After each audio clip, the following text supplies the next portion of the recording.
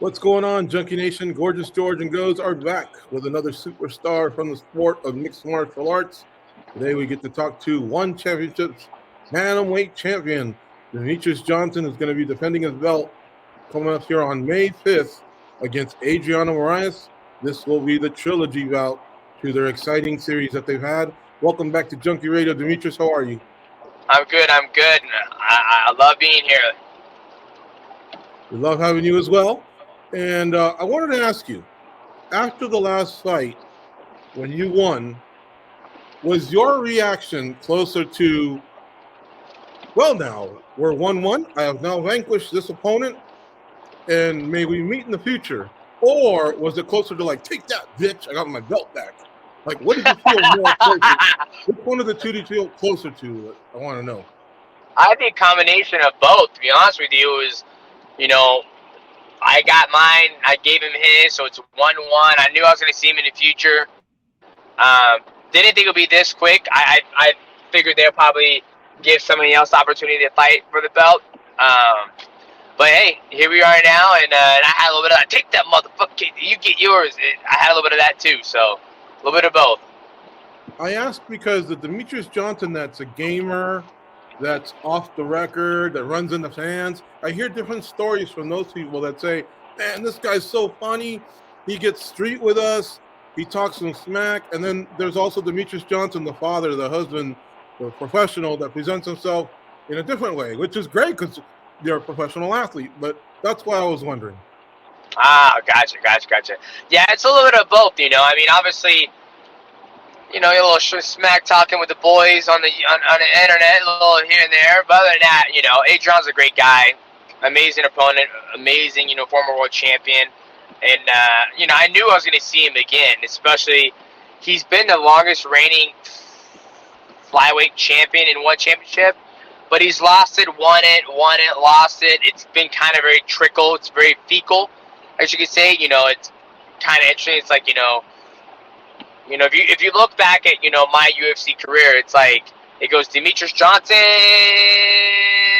then Henry Cejudo, then it jumps around. So when you look at Adriano's tenure of, the flyweight, his reign, it was like him, and then I think he lost it to Kyrat, or Kyrat won it, and they had an interim, and then Kyrat had it, and it was like, he got it, then J.A. Estacchio got it, and then they had their thing, and then back to him, then it's me, I got it. So it's not a very long, consistent, many years, or could be many years, because I know he wasn't as active as I was when I was in the UFC, but it wasn't like a long stint where he was just there the whole time. Which has been your favorite rivalry, Moraes, Benavidez, or Cejudo? Oh, probably Cejudo, because we're friends now, and it was always interesting. Our rivalry was good. Actually, it's hard because I wouldn't even probably say Dodson. I actually enjoyed the Dodson one because he had because Dodson was scary. He had something about him that when he would just touch you, you just drop. And the first time I fought him, he dropped me like 4 times, and then I beat him. Then he goes off on his 4-fight win streak, dropping everybody, knocking people out. I don't know how him and Joseph Benavidez never fought. Like, it was like those two would never cross paths. And, then we fought again, and then, it was good. He said I was boring, talked some trash, so it made it a little more sweeter. And, so I'll take John Dodson out of all of them. DJ, keeping in line with rematches, can you maybe share with us something that you've learned throughout the years, whether it be physical or mental, when it comes to rematches and how to approach them? You've been here before. You've been in here before. You share the canvas with this person. Go out there and do what you did the first one or the second one, and just let it go. And then rewatching tape too. Rewatching to see the things you were successful with, and the things you weren't successful with, and just go out there and fight. That's the best advice I can give, and that's the experience I take from all my rematches. Like he said, from the John Dodson, the Joseph Benavidez, and even the Ian McCall. I'm going to bring up gaming for a second because I think you're going to feel me a little bit to a certain extent. In gaming, when you have a rematch there, a lot of times you'll play games where you go, all right, I did this, he did that. I expect him to do this. But wait a minute, he knows I expect him to do this, so now he's going to do that. But he might be seeing it. Next thing you know, you're playing games in your own head. Has that ever happened to you in preparation for fights? No. Not at all. I think with gaming, it's a lot faster, and you don't get to see the other opponent on the other side of the screen. Like in Street Fighter 5, I do a lot of that online. And when you fight somebody, you can do, if I win, you do a rematch. If he wins, you can do another rematch. And then it's, the best out of 3. And so we like to call it baiting. You bait him. You know he's going to do this, so you bait him to do that. So you can do a little bit of that, and, mixed martial arts is bait him. I know if I do this, he's going to do that, and maybe he doesn't do it. Do you stop doing that? No, you just keep on fighting and see what happens. DJ, this fight has a different feel for you. It's back. You're back in the U.S., man. This is a big deal. Can you talk about fighting in front of American fans now? And will the family be able to partake in this? Yeah, the family will be there. The kids will be circumcised. Wife will be there. And I'm super excited to come back here and fight. I get 18 hours of my life back without taking that trip over to Singapore that I lose each time I go over there. So I'm super excited about that. Just the long flight itself is a big, sweet. Now the only thing I have to, put into calculation is just the altitude in Denver, which we're going to do that. So I'll be away from the house for 3 weeks. And I'm just excited.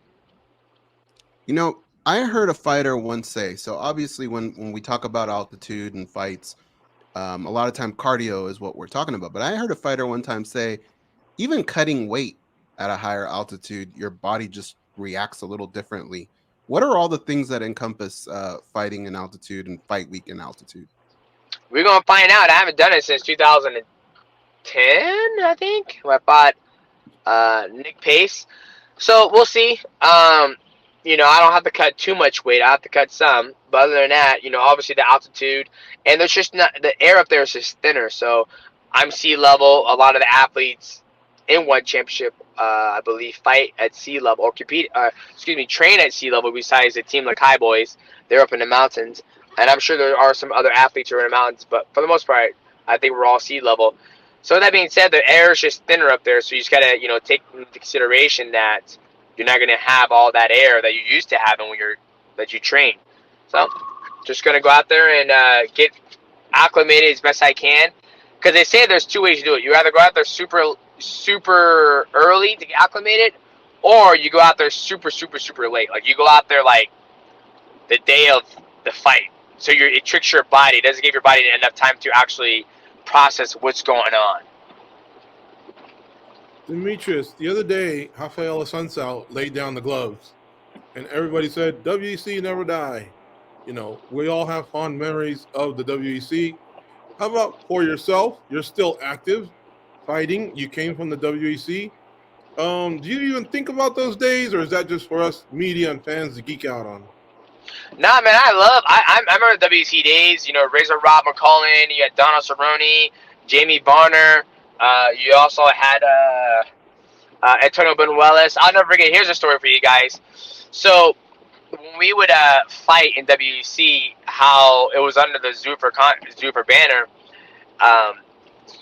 Basically, you have fight night insurance, and the fight night insurance will cover anything that happens during the fight. So let's say you get in a fight, you blow your knee out, ACL, knee surgery. Zuffa will cover it, right? People don't know who Zuffa is. Zuffa was the parent company that owned the UFC before WME purchased it. So that was the insurance we were under. So I never forget, athletes would show up. Whatever, dude. Athletes would show up with broken hand. Oh no, some guy. Get out the car. Show him who you are. See if he wants some. I don't need to do it. I had to go fucking run him over right now. I'm joking. Excuse me. But sorry, I'm going here. I was like, fuck you.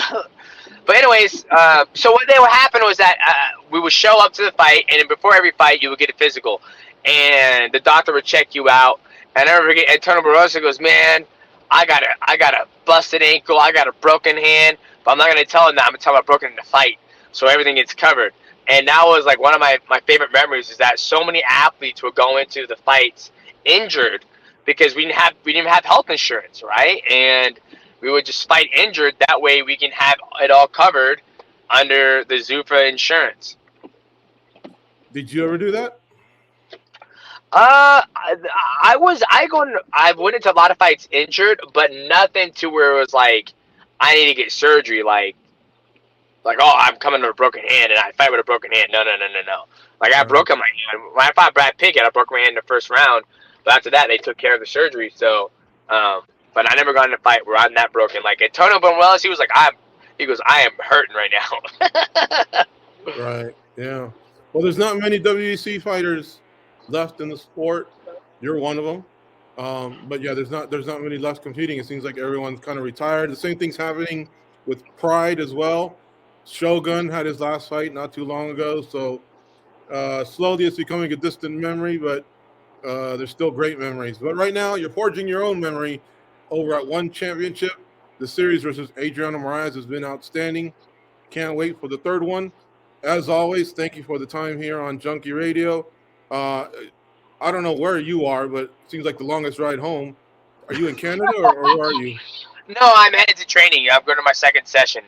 It's you're about going to training. Okay, I thought you were Yeah, coming home right now. No. Shit, I wish, man. I can't wait. After this training session, man, I can't wait till this camp is done. Now I can get back to, just, going to see my kids grapple every night. So. Yeah, no doubt. Are they still doing the motorcycle racing? No, actually, he's I'm about to sell my dirt bike, and he's about to sell his, and we're done off that. I feel I've been blessed to be able to walk with a healthy body, no neck injuries. So I think if I keep on staying on that dirt bike, I think I'm cutting that window very short. We'll just say goodbye, DJ. Thank you so much. It's always great to catch up with you.